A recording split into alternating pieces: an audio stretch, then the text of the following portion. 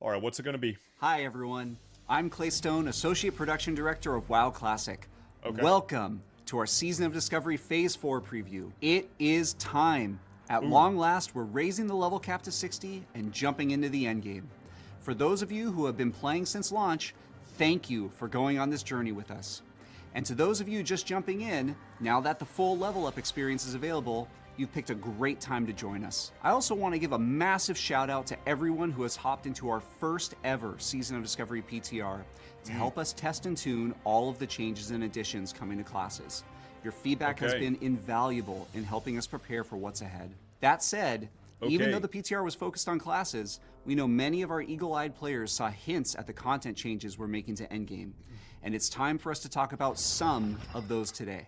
So, let's take a look at what we'll be covering. We'll kick things off with content at 60, then jump into raid information, followed by some important itemization updates, then dive into world event updates as well as some system updates, and more, which you're definitely going to... Okay, as we are reacting to this, do you guys want me to be over the top positive, over the top negative, or just completely, totally honest? It is what it is. It is what it is, positive or negative?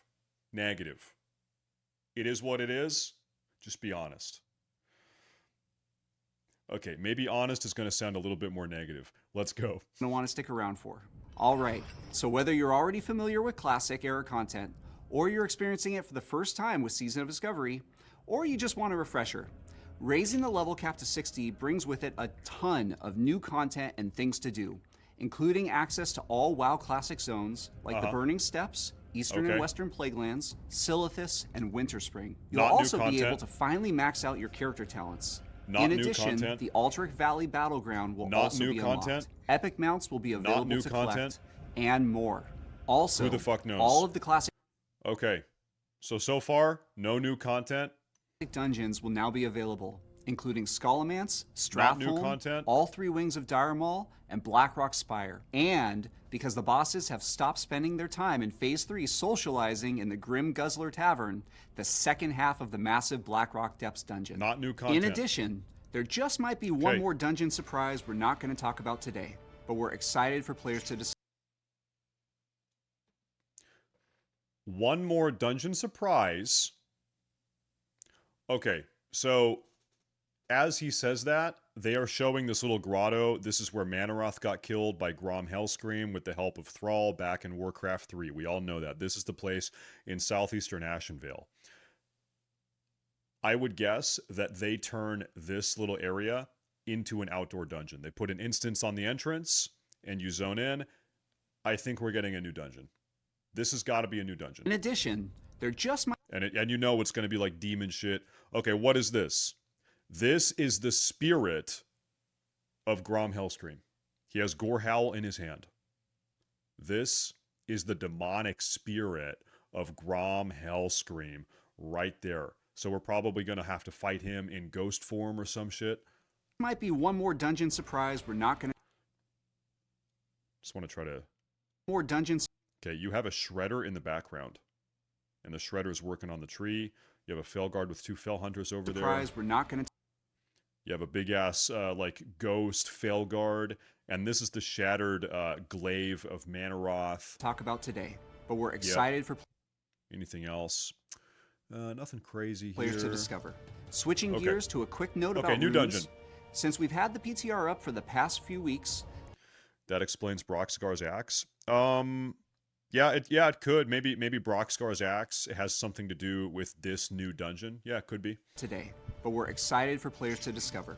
Switching gears to a quick note about runes. Since we've had the PTR up for the past few weeks, none of the runes are a complete secret. So we aren't going to be spending a lot of time in this presentation talking about runes or classes. However, we will be posting a rundown of new runes and class adjustments separately from this video. So please check the official World of Warcraft forums for that. Moving on to raids. As we previously announced, the Molten Core raid will be scaled down to 20 players and will contain adjustments to the boss encounters across the 11 bosses for you to take on. Just gonna leave that there. We are very excited for everyone to hop in and get their hands on the brand new revamped Tier 1 sets that now have multiple variants for different specializations and playstyles that each class has access to. That's crazy. Tier sets aren't the only place we've made. This is a big fucking mistake. 20-man raids, big fucking mistake. These raids, Molten... Listen, I think it is actually, like, sacrilegious. It is a sin.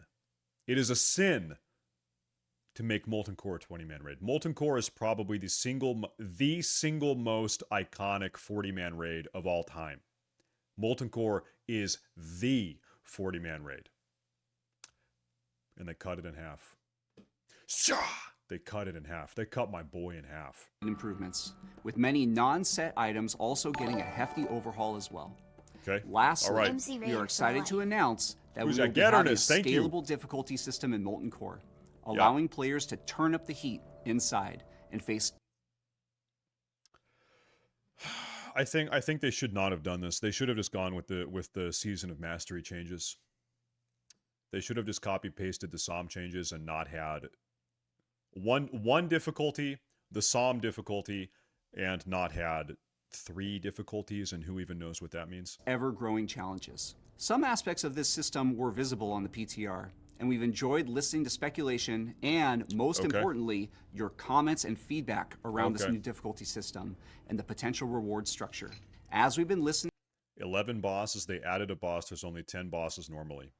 Is that even true? Tyrone, get up! Tyrone! How many bosses are there in Molten Core, brother? I don't know, man. I don't fucking know, Tyrone. Hold up, what's up? Tyrone, hello? How many bosses are there in Molten Core, brother? He's just napping in the streets, man. Yo, it's go time. Molten Core, loose. Okay, 1, 2, 3, 4, 5, 6, 7, 8, 9, 10. 10. Yeah, what? Yeah, true. Yeah, I think my brother Tyrone is right. What the fuck?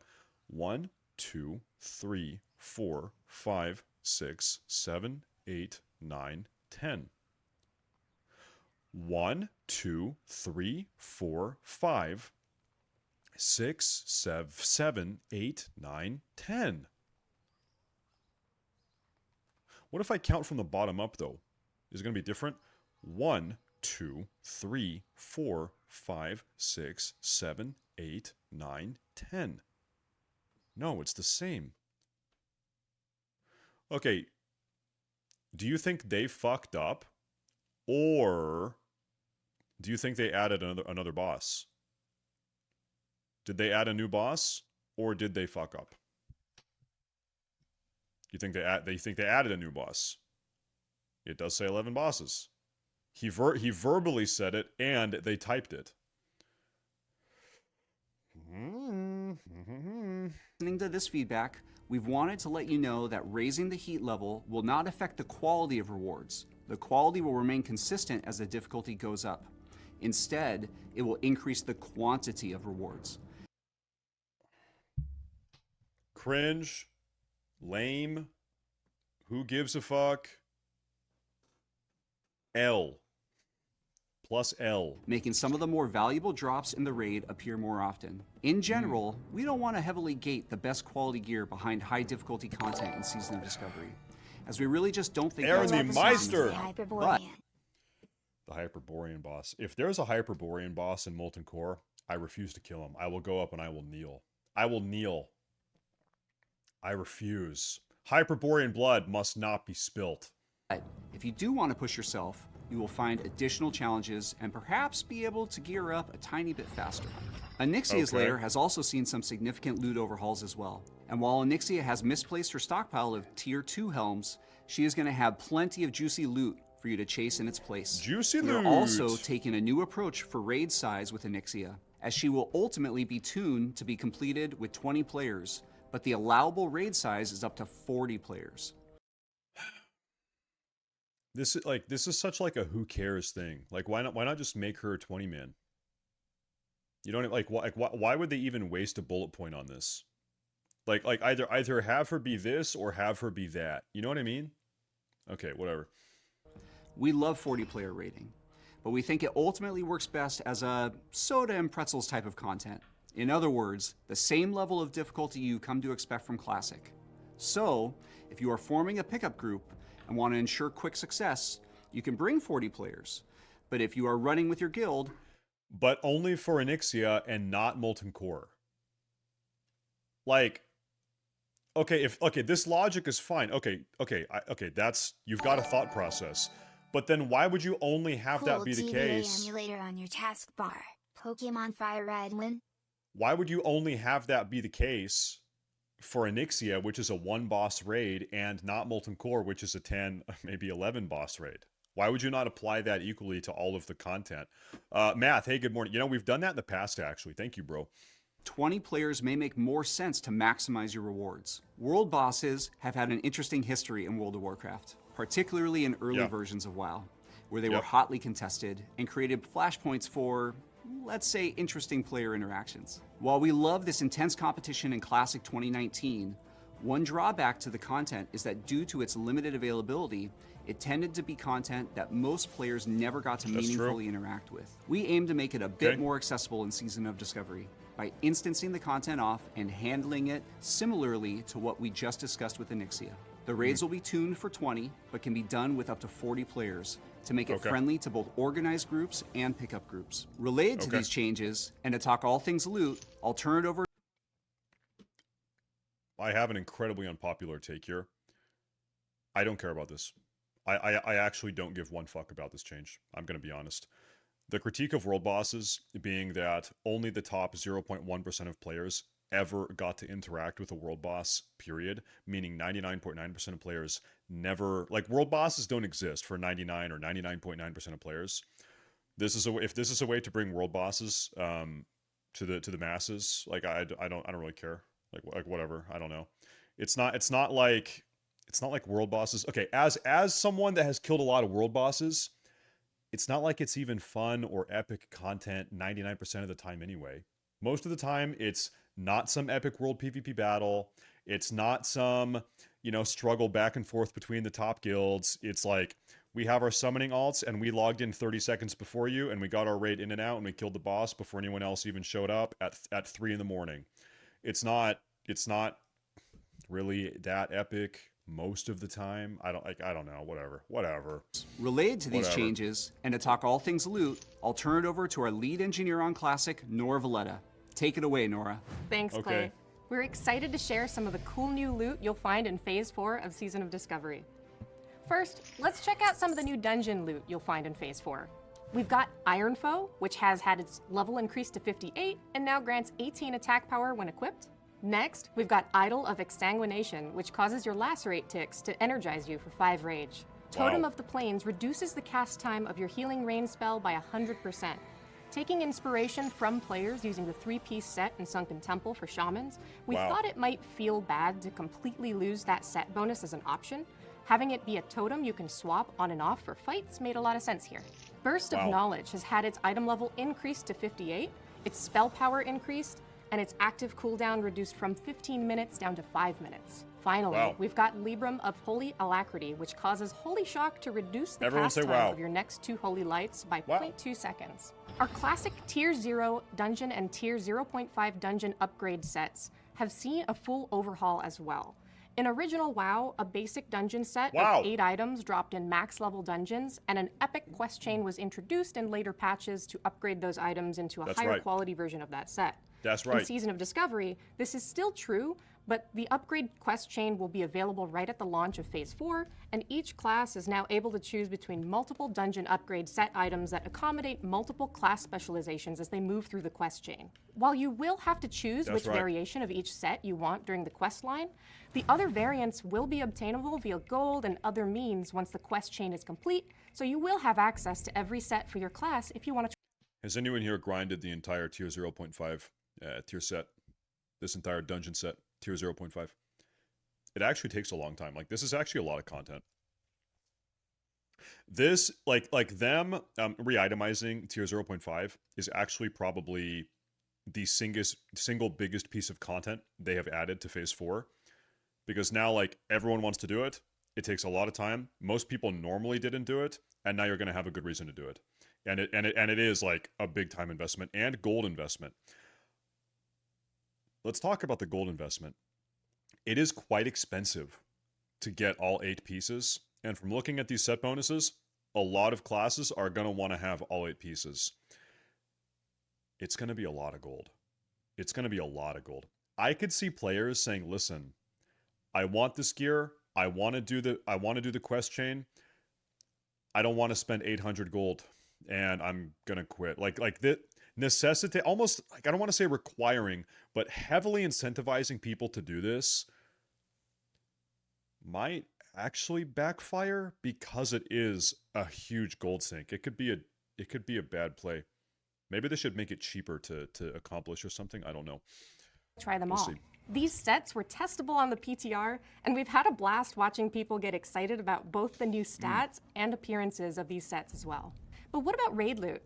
Here's a quick look at a few of the items from Molten Core. First up, we've got an awesome looking elemental shaman shield called Earth and Fire. Looks similar to the rank 14 PvP shield, but with a distinct new color variation. We've got Magmadar's right and left claw, which allow you to summon core hounds to aid you in combat. The 3-set bonus actually allows you to transform into Magmadar for a brief period of time. But how about Faithbringer, a 2-handed paladin weapon for healing? Or Key to the City, a caster staff from Onyxia. Finally, Obsidian Edgeblade, which has been changed from a +8 to 2-handed swords to a +3. We've added 1% crit with those stats and made it just a tad slower.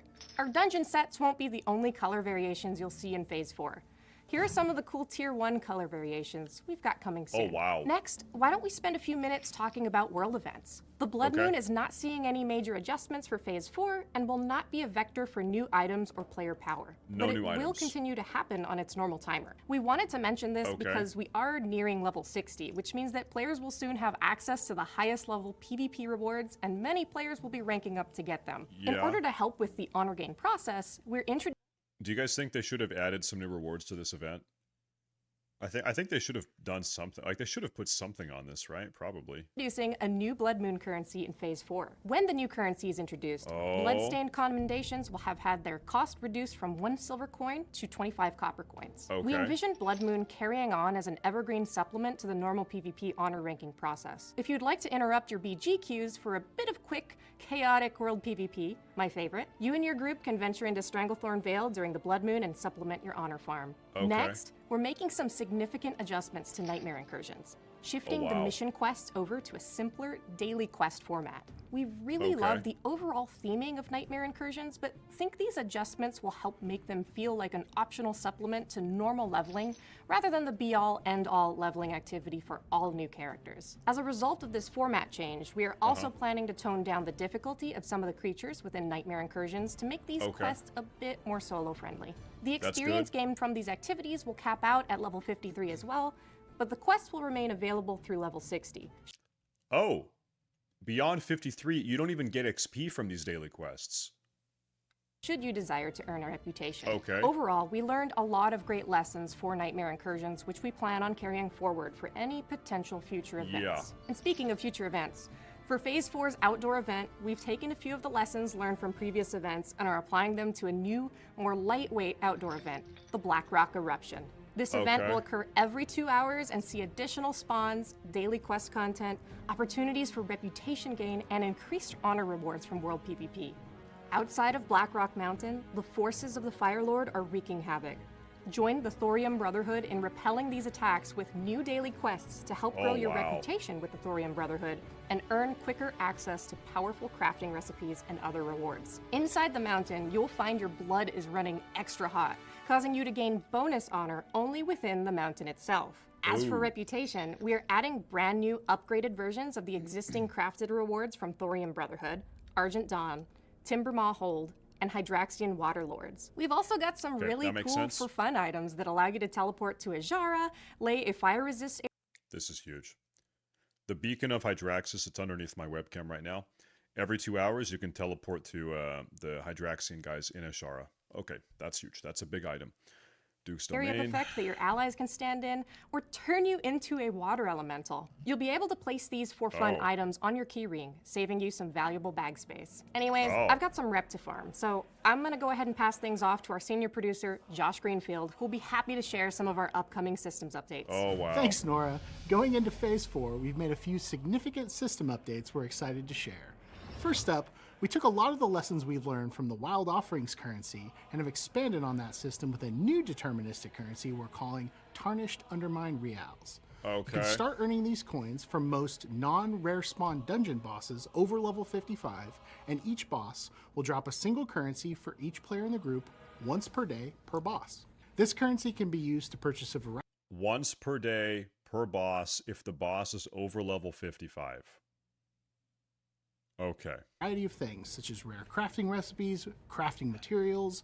So now what this means is like you have a daily quest to go into every 55 plus dungeon effectively, right?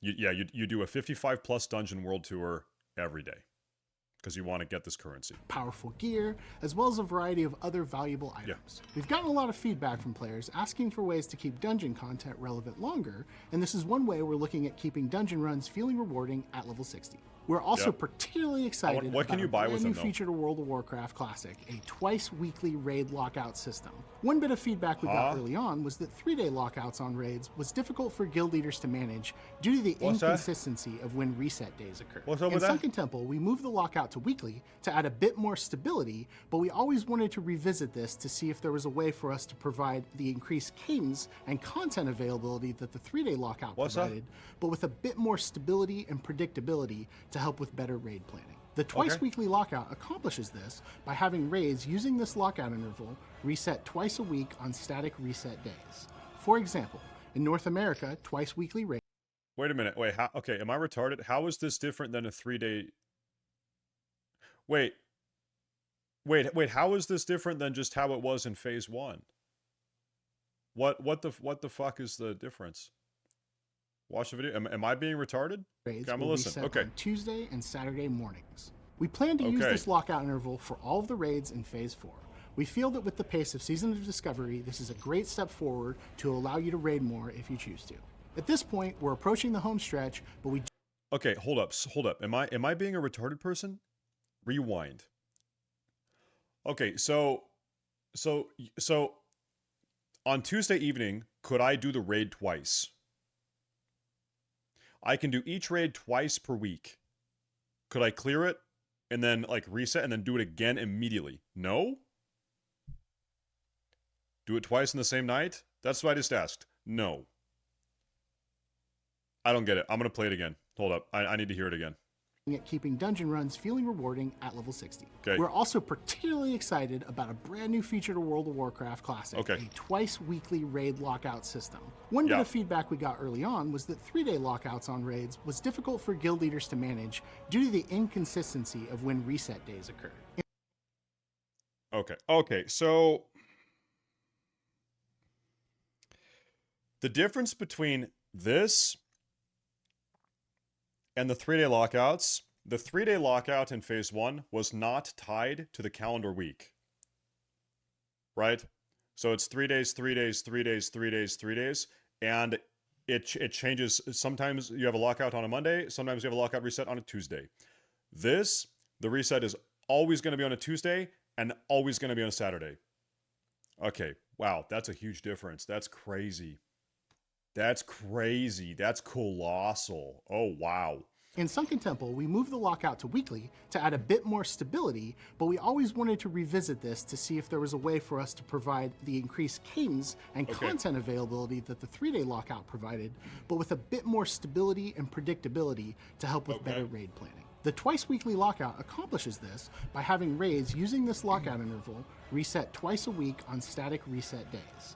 For example, in North America, twice-weekly raids will reset on Tuesday and Saturday mornings. We plan to use this lockout interval for all of the raids in Phase 4. We feel that with the pace of Season of Discovery, this is a great step forward to allow you to raid more if you choose to. At this point, we're approaching the home stretch, but we do have a few more updates to share before we close things out. With Phase 4 and the increase to level 60, players will begin having access to max level world buff effects. In Season of Discovery, we're also planning to add an alliance equivalent to Warchief's Blessing, the Might of Stormwind. As fun as it was to skulk around the crossroads on our alliance characters, hoping for a kindly priest to... What do you want to bet? Hold up, no, hear me out. What do you want to bet? Might of Stormwind and Warchief's Blessing stacks. And so still, you're going to get both of them. Now, you need to get both of them. Bro, it says right there. It says right there. Okay, that would have been so fucking funny though. That would have been so funny. Hoping for a kindly priest to mind control us for a chance at Warchief's blessing, this should make getting your world buffs a bit less cumbersome for Alliance players. As with previous phases, Discoverer's Delight will continue to function from 50 to 59. Phase 4 hype. Looking forward to watching the Warlock BMO. We are gonna be pumping. Providing a 50% Thank you, Johnson. experience Thank you, boost bro. in that level range. We've learned a lot of great lessons about leveling, and while we want you to level a little bit faster, there's a lot of content in the 50 to 60 range, and we don't want to totally trivialize the journey in Phase 4. So having a more nominal buff from 50 to 59 makes sense. Characters from 1 through 49 will still enjoy 150% experience increase as well, so it should be super easy to get those alts caught up. Like previous level up raids, Sunken Temple will give a generous amount of XP, so running that So real quick, I think like for the average gamer, one level in the 50 to 60 range takes like probably 4 hours. Okay, so 40 hours. 4 hours times 10. 10 levels you need to get 40 hours. But you're going to do it 50% faster. So what are we talking? 30 hours for the average gamer? Are we talking 30 hours for the average gamer?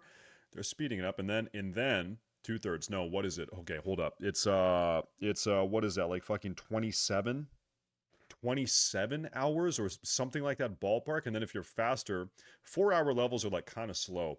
So, but that is average. If you're a speed leveler, it's going to be, I don't know, 20 hours, probably something like that. That, while you're leveling, could give you a good bump as well. In Phase 4, we plan to allow blacksmiths and leatherworkers to swap their profession specs for a nominal cost. This will not quite be ready for the launch of Phase 4, but we do plan to introduce it a short time later. Perhaps most excitingly, we've done major overhauls to many iconic in-game crafting recipes, with dozens of recipes replaced or given a method to upgrade into each. Do you remember before SOD came out, they said that we were going to have like a really, really cool new like profession specialization system where if you went armorsmith or swordsmith, it was going to be fucking awesome, right? Did they ever do that? I don't think they ever really did that, did they? Like it's all just still fucking lame. Okay. Even better versions of their original crafted items.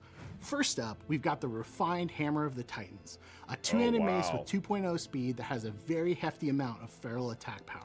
It also retains its classic 3-second stun proc, which will now proc in druid forms. And who could forget the iconic Arcanite Reaper, newly upgraded and refined into a 4.0 speed powerhouse with improved stats and a very fancy new classicified glow. These are just two examples out of many iconic crafting recipes to receive major glow-ups in Phase 4, so get out there and get crafting. Looking to the raid release schedule, in a departure from previous phases, we've decided to space out the unlock of raid content following launch. Azergos and Kazakh will go live 1 week after launch, with Molten Core and Onyxia the week after that.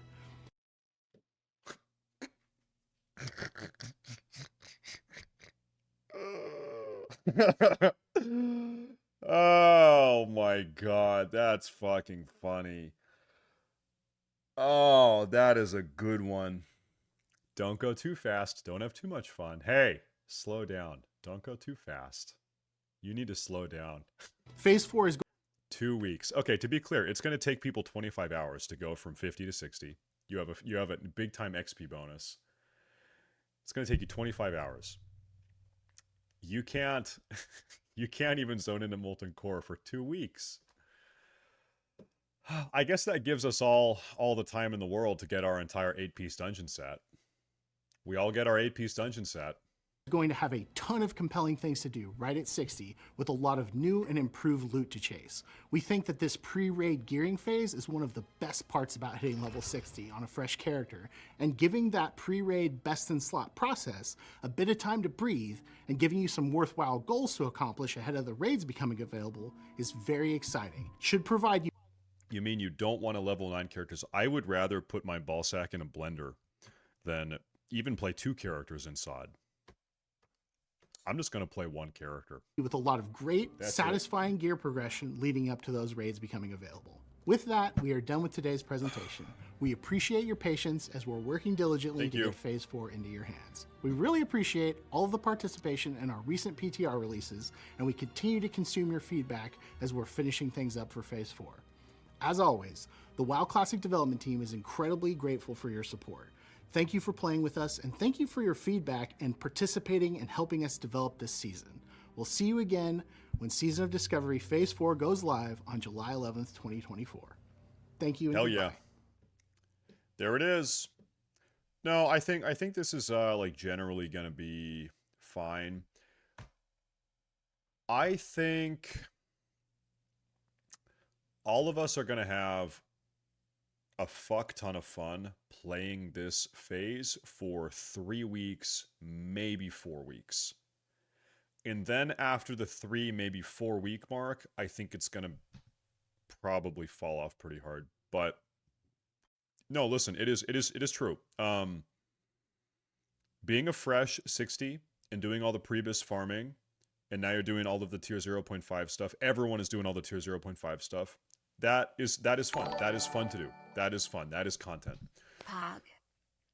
And then you have a week, maybe 2, of doing the molten core stuff. Maybe on the hardest multi-core difficulty, you have like a week of prog or 2 weeks of prog on the hardest difficulty. So yeah, I think you have 3 or 4 weeks of guaranteed, just pure fun. You don't have to think about it. You don't have to try to have fun. You're just playing the game, having fun. You have shit to do. You're not forcing it. You're just having good old-fashioned fun. After the 3 or 4 week mark, that's when maybe things are going to kind of fall off. We got to see Alterac Valley. Oh yeah, you're only going to do Alterac Valley for 2 weeks. That's it. Keep in mind, the max rank in Phase 4 is rank 10. So all of us are ranking from rank 7. Presumably you're all rank 7 right now. You're going to rank from 7 to 10. That's a 2 week grind. That's a 2 week grind. Okay? So, and also, if you're spamming Alterac Valley for 2 weeks, you will definitely be exalted by the end of that time period. Exalted Alterac Valley is really, really fast. Really fast. So within 2 weeks, you're going to be done with Alterac Valley, at least on your main character. Why are you a doomer? Do you guys think I'm a doomer? Listen, maybe you're used to streamers and YouTubers that are like soy champing. Oh my god! Oh, it's gonna be poggers! Listen, I've been playing this game for fucking 20 years, okay? I just know how this goes. Like, I'm totally realistic. I'm sitting here listen, I had people typing copium in chat 2 minutes ago when I was saying we've got 3 weeks of guaranteed fun. I think we've got 3 weeks of guaranteed fun. I think it's going to be awesome for 3 weeks. And then beyond that, then it's like, okay, we'll see what's up, right? But I'm not a soy champ streamer. I'm not a bat chest streamer. I'm going to keep it real. You know why? Okay? Because I respect my audience. The best thing I can do, given I respect you guys, is give you honesty. I'm going to be honest with you because I respect you, okay? I will give you the respect of being honest with you. I'm not going to bat chest and soy chest out for you guys. I think that's probably what it's going to be. That's my take, okay? I've been around a little while.